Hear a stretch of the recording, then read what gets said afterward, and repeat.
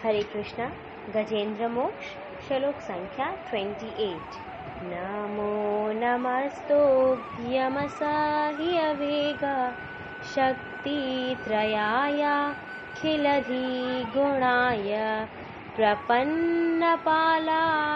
दुरन्तशक्तये कदेन्द्रियाणां मनवाप्यवर्त्मने। फिर से नमो नमस्तुभ्यमसाह्यवेग शक्तित्रयायाखिलधिगुणाय प्रपन्नपालाय दुरन्तशक्तये कदेन्द्रियाणां मनवाप्यवर्त्मने। अनुवाद वर्ड टू वर्ड मीनिंग्स देखते हैं।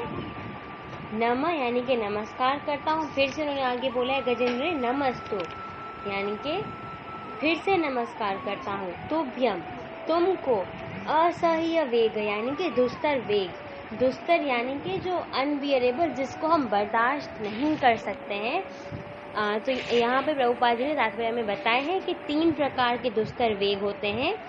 एक आसक्ति, एक लोभ और एक काम। तो ये जो है ना कृष्ण ने खुद बनाए हैं, आसक्ति, लोभ और काम।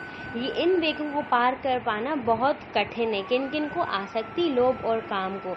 हम जब भी भक्ति करते ना तो ये हमारे मतलब कि हमारी भक्ति में क्या बनते हैं? रुकावट बनते हैं, बाधा बनते हैं। लेकिन ये वेग कार्यशील क्यों होते हैं? ये वेग भगवान ने बनाए क्यों? ताकि कोई अभक्त हो या कोई नास्तिक हो, वो कृष्ण का साक्षात्कार ना कर सके, यानी कि कृष्ण के दर्शन ना कर सके। इसलिए कृष्ण ने ये 3 दुस्तर वेग बनाए हैं। लेकिन जो भक्त भगवान के चरण कमलों की शरण ग्रहण कर लेता है तो उसके सामने से ये वेग हट जाते हैं और फिर उस शुद्ध भक्त को भगवान का साक्षात्कार हो सकता है। तो इसलिए आगे बताएंगे कि जो गजेंद्र यहाँ पे कृष्ण को कह रहे हैं, यानी कि उन परम पुरुष भगवान को कह रहे हैं कि मैं आपको नमस्कार करता हूँ। नमस्कार क्यों करता हूँ? क्योंकि आप जो है ना 3 प्रकार की शक्तियों के, शक्ति त्रयाय यानी कि 3 प्रकार की शक्तियों वाले परम पुरुष को, जो कि इस वेग के स्वामी हैं। कृष्ण क्या है? इन वेगों को कंट्रोल करने वाले हैं। तो जो फर्स्ट लाइन का मीनिंग है कि गजेंद्र कहते हैं कि मैं आपको नमस्कार करता हूँ, आप 3 प्रकार के शक्तियों के दुस्तर वेग के स्वामी हैं।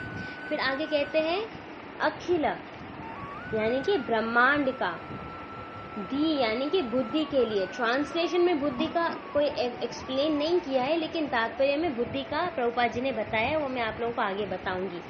गुणाय, खिलधि, अखिल यानी कि ब्रह्मांड, बुद्धि यानी कि बुद्धि, गुणाय इंद्रियों विषयों के रूप में प्रकट होने वाले, प्रपन्न पालाय शरणागतों को शरण देने वाले ब्रह्म को।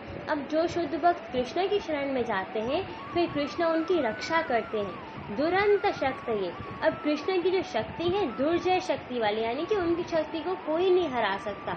कद इंद्रियाणाम यानी कि उन व्यक्तियों द्वारा जो इंद्रिय संयम करने में असक्षम है, अक्षम है, यानी कि वो लोग जो अपनी इंद्रियों को कंट्रोल नहीं कर सकते। कद इंद्रियाणाम का मतलब क्या है? वो लोग जो अपनी इंद्रियों को कंट्रोल नहीं कर सकते, उनके लिए जो ये भगवान को प्राप्त करने का जो पथ है ना, भक्ति योग, अनवाप्य यानी कि दुर्लभ है, वर्तमान पथ पर, यानी कि उन लोगों को ये मतलब कि कृष्ण की प्राप्ति नहीं हो सकती भक्ति योग के द्वारा। क्यों? क्योंकि वो अपनी इंद्रियों को कंट्रोल करने में अक्षम है, यानी कि इंद्रियों को कंट्रोल करने में एबल नहीं है।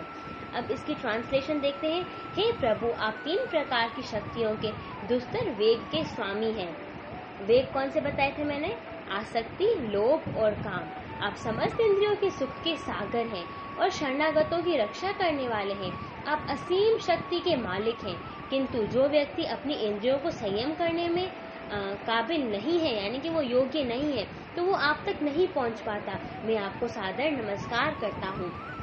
तो यहाँ पे आगे प्रभुपाद जी बताते हैं कि जो भगवान की शरणागति प्राप्त कर लेते हैं तो भगवान उनकी रक्षा करते हैं, और जो भक्त कृष्ण के चरण कमलों की शरण ग्रहण नहीं करता वो व्यक्ति भक्त बन ही नहीं सकता। जिसने कृष्ण की श्रद्धा से चरण कमलों की शरण ग्रहण नहीं की वो भक्त नहीं बन सकता।